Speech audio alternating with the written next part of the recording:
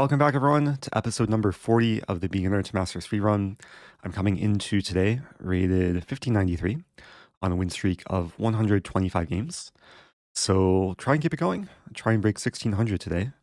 Let's hop into the first game. All right, first opponent playing Saya Folk 27. And I'll play e4. Stick with the usual. We have a Scandinavian. Queen takes d5. Knight of 6 is also playable on move 2 for black. I'm going to play the most common approach, knight c3, attacking the queen. And queen d8. Okay, so this is a little bit weird if you haven't seen it before. Looks like black has wasted 2 tempi moving the queen. I'm just going to go and expand in the center with pawn d4. I know that John Bartholomew is a big advocate of the Scandinavian, but also just of this queen d8 line. And in general, it is solid for black, but it is a little bit passive. And I'm going to just try and develop actively. Black playing very slowly, not developing any of the minor pieces. It's already moved 5. h6, maybe trying to prevent bishop g5 and prepare knight f6. So what do I want to do?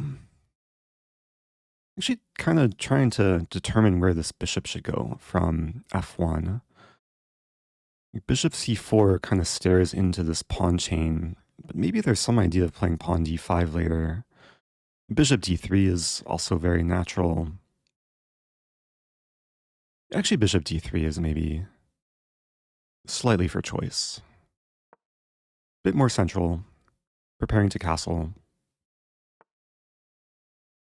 Black continues moving pawns, so try and manage my time here, not take too long. And I'm just going to develop the final minor piece with bishop to f4. So castled, developed, really not doing anything too special just yet. And black is developing, but this bishop is going to be stuck for a little while. And there's a few moves that come to mind here. I mean, rook e1, I think, makes a lot of sense. Knight e5 also comes to mind, just as a way to try and pressure the center as quickly as possible. I'll start with rook e1. It's the only half-open file, only file where I don't have any pawns. And always nice to align with opponent's king. Black plays knight to d5. Perhaps trying to go for some trades. Of course, attacking the bishop as well. So, and if I take the knight, c-pawn will take back. And probably don't mind that. I'm actually calculating a funny line involving knight takes knight, pawn takes, and then rook takes e6. The idea is after takes, I have bishop to g6. After king e7, I don't quite see a follow-up there. Definitely some things you keep in mind, though. I could also do it right away. Takes bishop g6. I don't think it quite works. So I'm just going to take the knight. And after pawn takes back, yeah, I can't go too insane here, sacking the rook without any clear follow-up. So c4 comes to mind. Way to try and pressure the d-pawn. I think c4 makes sense too. Like very often when you have a nice lead in development, a safer king, the opponent's king is still in the center, it's usually the goal to open the position. And the way to open the position is by using pawn breaks, essentially trading pawns. And with the d-pawn no longer present for black, I do have this move pawn d5 to try and open the position further. Yeah, let's go ahead and play d5. Trying to open the e-file. Black plays e5 very quickly, so this does give me a pawn. I mean, there's 3 attackers, only 1 defender. I'm considering also playing pawn d6, which might be even more devastating than knight takes e5 for black. I think most people just take the pawn very quickly with knight or bishop. But yeah, pawn d6, because if black takes the bishop, I'll take on e7, then f7 will be attacked. I don't really see a great follow-up for black after pawn d6. I mean, if the bishop moves back, then I can take the pawn. Or if the bishop moves forward, I can still take the pawn.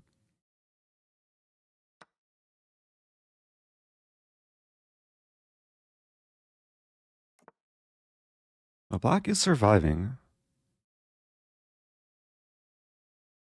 I do have this nice pawn on d6.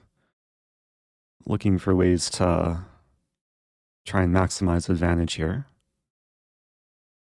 I'm very much drawn to f7. Like, taking on f7, I don't think works right away. And queen h5 comes to mind. Knight g6 also comes to mind. A nice square for the knight, given that the f-pawn is pinned to the king. But knight g6 there is rook e8. So what to do? There's also knight g4 to target the bishop.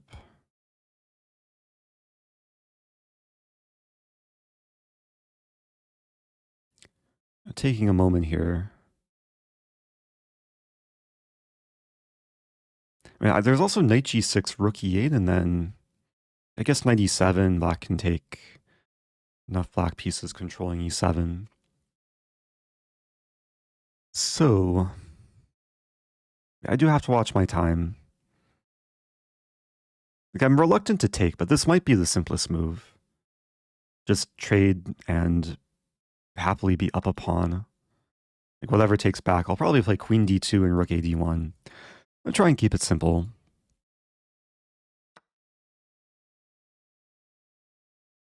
It's possible I missed something better, but I think this is a very solid way of playing. And there are cases where the pawn extended so far into black's territory could be a weakness, but in this case, it's so well defended that it's clearly a strength. Rook d1. Now, it will be a question how to make progress. Black might be threatening queen g4, so I have to be a little bit careful. I think I'll just play h3. Somewhat of a slow move, but prevents queen g4, makes loof for the king, just in case there's any eventual back rank ideas for black. Okay, b5 might be coming. I'm looking at the sacrifice. Bishop takes h6. Let's start with rook e3. Really just trying to make some gradual improvements, maybe swing over the rook, maybe setting up takes and then rook g3 check.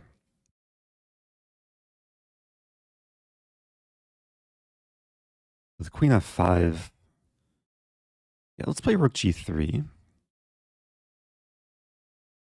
Not only defending the bishop, basically discovered defense, but also aligning with the king and threatening bishop takes h6. G-pawn is now pinned. And king h7, getting off the g-file, walks into bishop d3. Although there's bishop e4, so yeah, maybe king h7 is playable.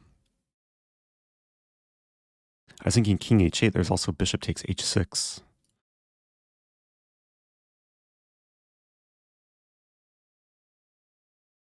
Yeah, there's already a lot of white pieces kind of aimed at black's king side.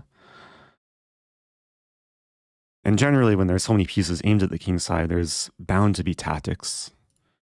h6 is clearly the target here. So far, my opponent has played pretty quickly, but I think they're taking their longest think of the game. Not easy to find the right defense. Wow, bishop takes b2. So black is trying to exploit the fact my queen was overworked. But I think what my opponent missed is after I take, if I lose a bishop, I'm mating. And yeah, here I'm just threatening mate in 1. Black has no time to take the bishop. And it's still not easy to defend. If the pawn moves, I can take on h6. Maybe pawn g5 is the best try, which is played. I was briefly thinking h4, but then queen takes f4 is playable, so let's see what to do here. Probably I just want to move the bishop. Bishop e3 or bishop e5. I think bishop e3 is a bit more solid. And I'm going to try and keep the pressure on g5. h4 is very likely to come soon.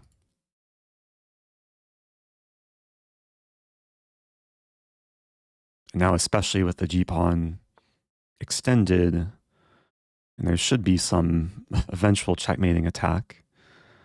Black is keeping some initiative. Play bishop d3, hitting the queen. Queen e6.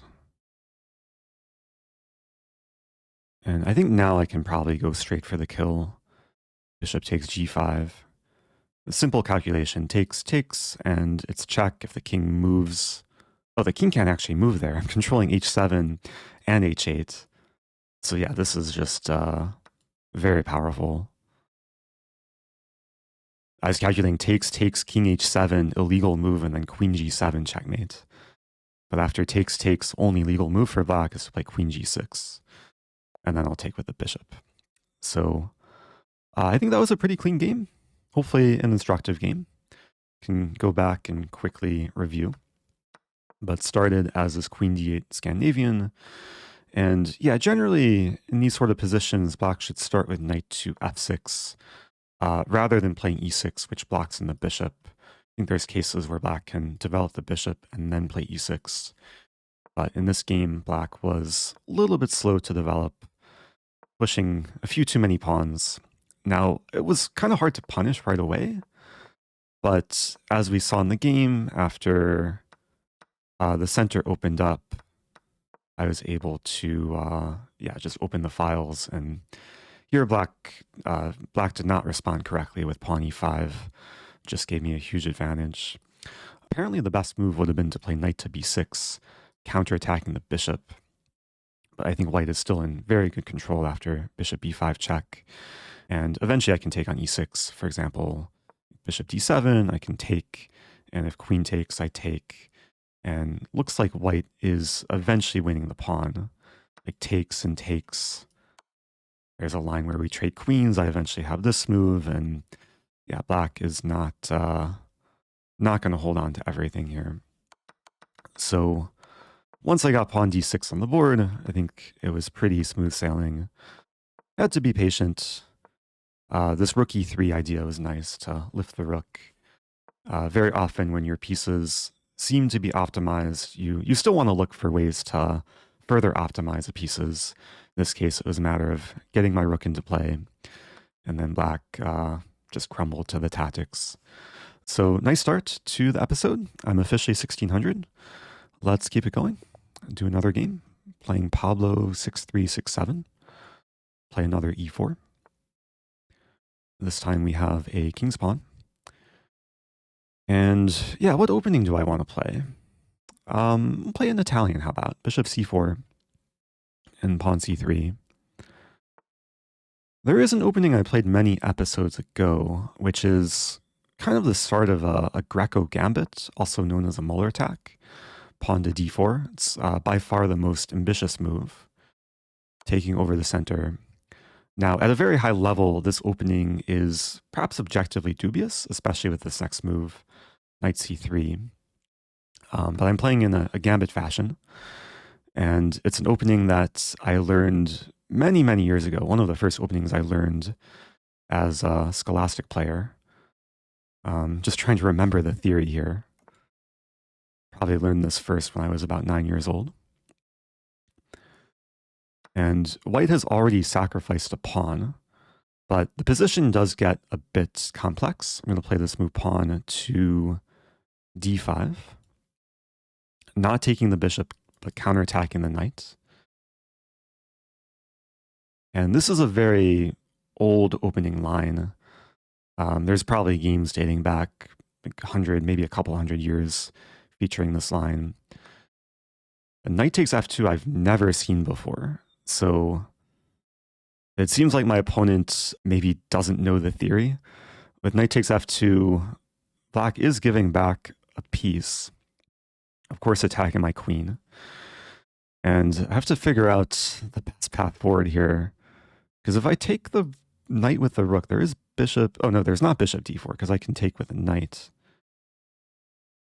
Yeah, so if I take the knight, it looks like I'm going to be winning the knight or the bishop on the next move.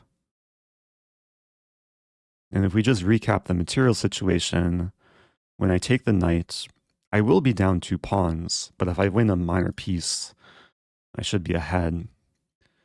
I'm looking at the line, rook takes f2, knight e5, counterattacking the bishop. But then I think I can very simply take the bishop, and if knight takes e4, I have queen e2 hitting the king and the knight. So yeah, let's go for this. Yeah, it looks like white should be winning material here. We see bishop d4. I initially thought this move was annoying, but I just take with a knight. And I'm going to be up a bishop for 2 pawns. Yeah, let's take on d4. And this is very, very nice for white, because I have a lot of attacking potential on the king side. And I'm wondering if I can start with bishop h6. It seems like a crazy move. Maybe not entirely necessary. The idea would be if pawn takes, I can then try and lift the rook over for checkmate. Realizing it's maybe not so clear after pawn f6. Probably don't want to overthink things too much. There's another move which looks very attractive, this move pawn d6. And it's a very nice positional idea, preventing black from playing d6 and developing the bishop quickly. Not only am I shutting in this bishop, but I'm opening up my own bishop. f7 is a very clear target. Imagine there are going to be ideas of eventually doubling up on f-file. So black takes. I'm still drawn to this idea, bishop h6. It's a forcing move. It threatens checkmate in 1. Looks like black's only option is to take.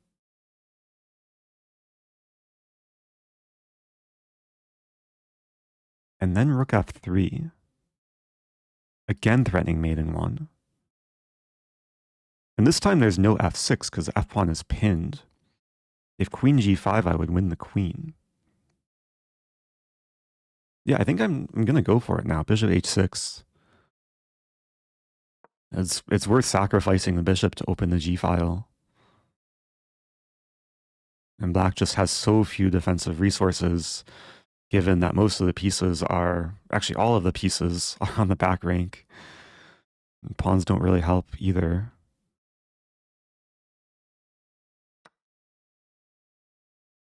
And again, we see this middle game idea of lifting the rook, also called a rover, when you move up and then over. Very common attacking idea. And rook g3 is pretty much unstoppable now.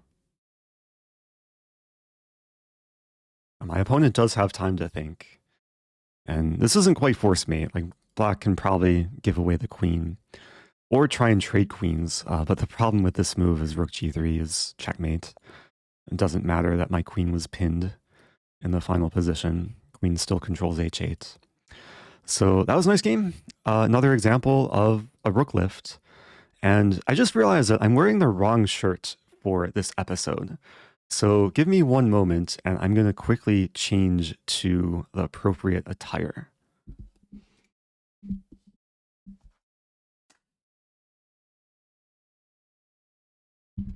That's better.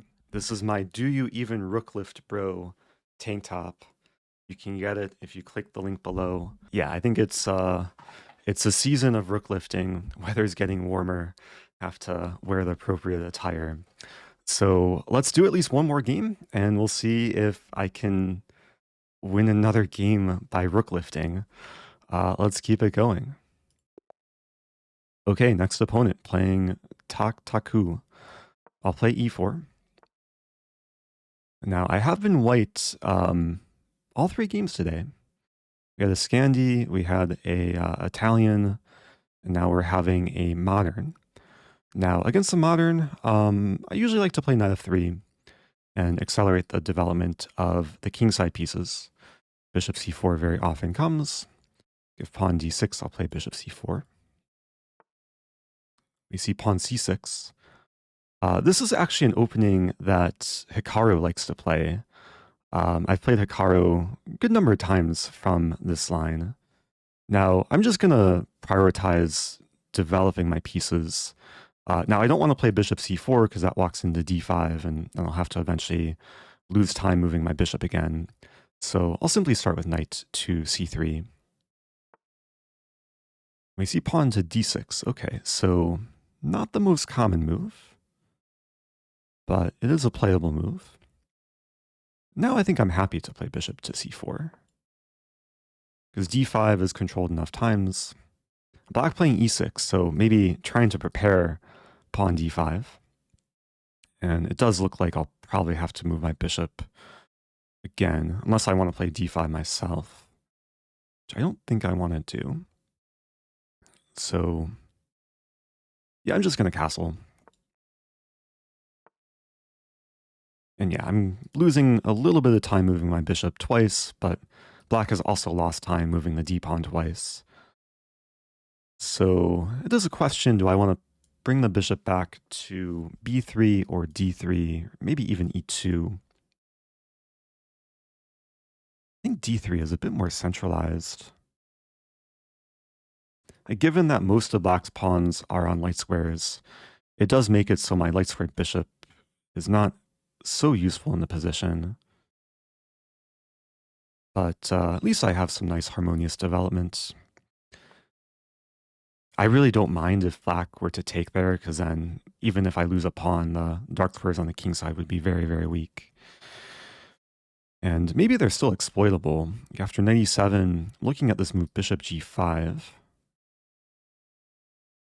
And there's also bishop f4 to support knight to d6. But bishop f4, black castles. I think I'd much rather have the bishop on g5. Not only pinning the knight, but also preparing either knight f6 or bishop f6. Looks really nice for white. Okay, so black castles. And now it's a question, like, do I go in immediately with knight or bishop to f6? Knight f6 is very forcing. Imagine king h8 would be played.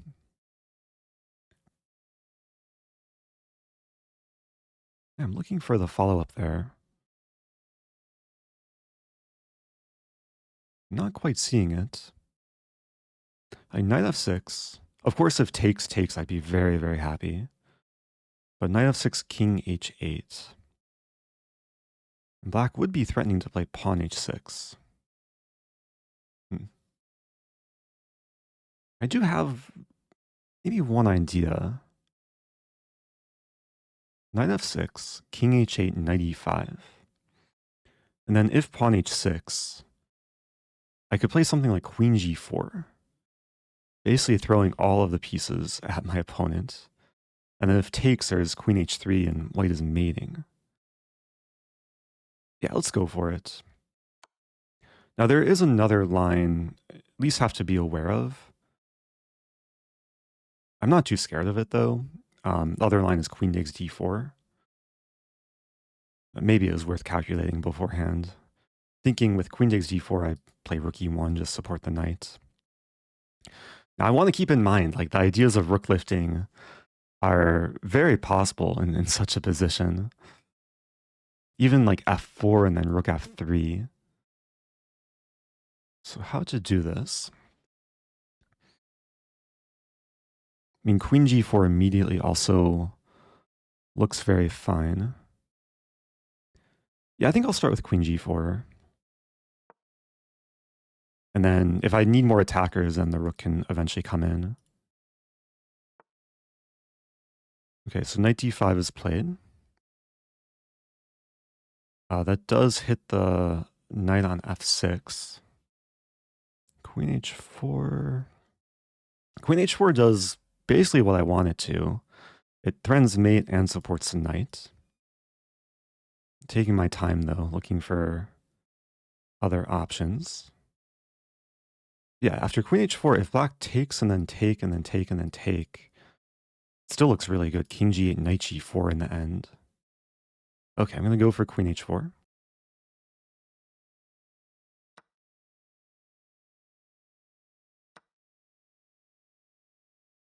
Black might be surviving though. There's this move knight to d7. I have the bishop, the queen, the knight, the other bishop aimed at black's kingside, but yeah, it's still not easy. I'm looking at potential sacrifices on g6. I guess it's worth considering. Knight takes f7, rook takes f7, bishop takes g6. But then there's knight f8. I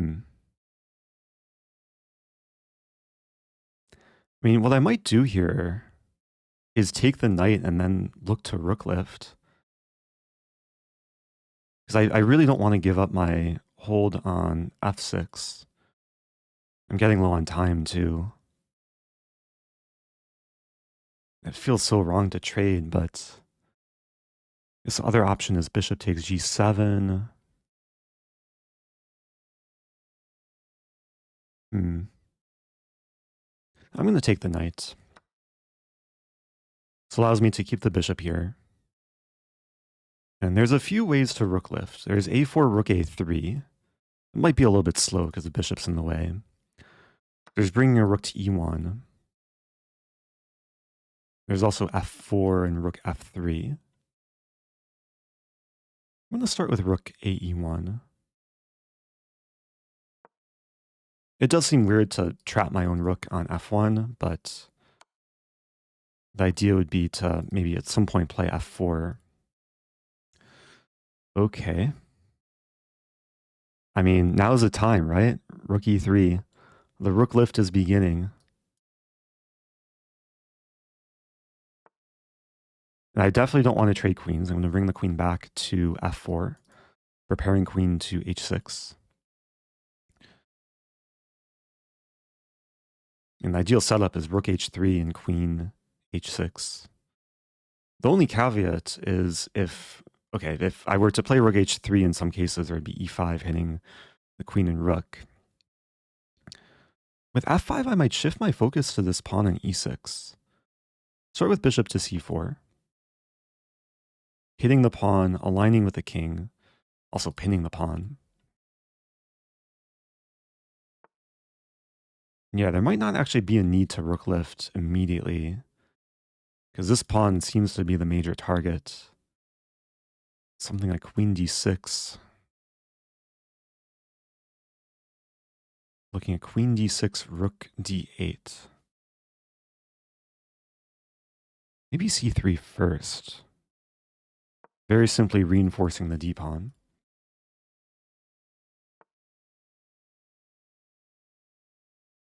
Okay, I have to move the bishop.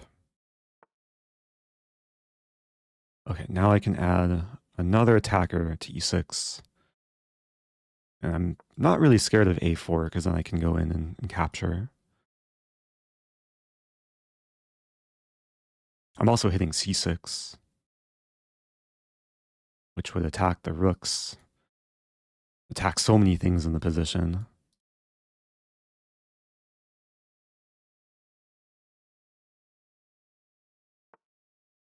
King f7. So there's 4 attackers and 4 defenders to e6. But now, yeah, I'll just win the c6 pawn, attacking the rook and b5, both of which are undefended. And with that move, I'll take the rook. We'll trade a little bit.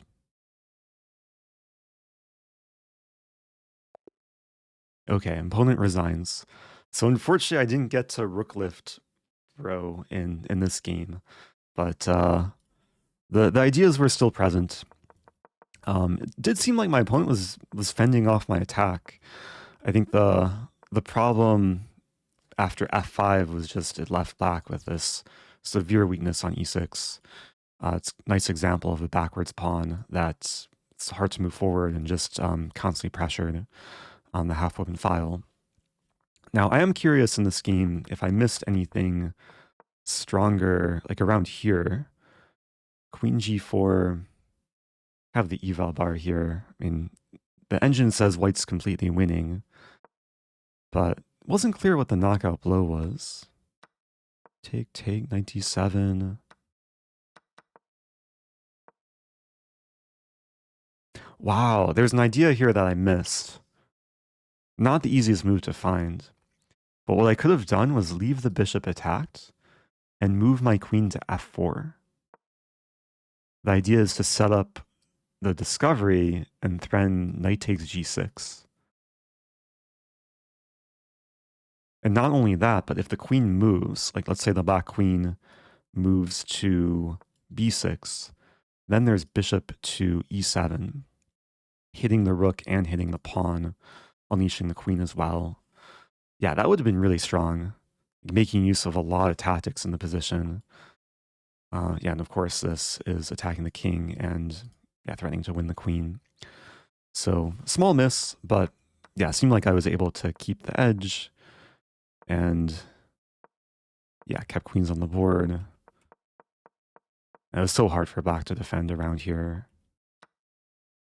So nice, clean game. Nice collection of games today.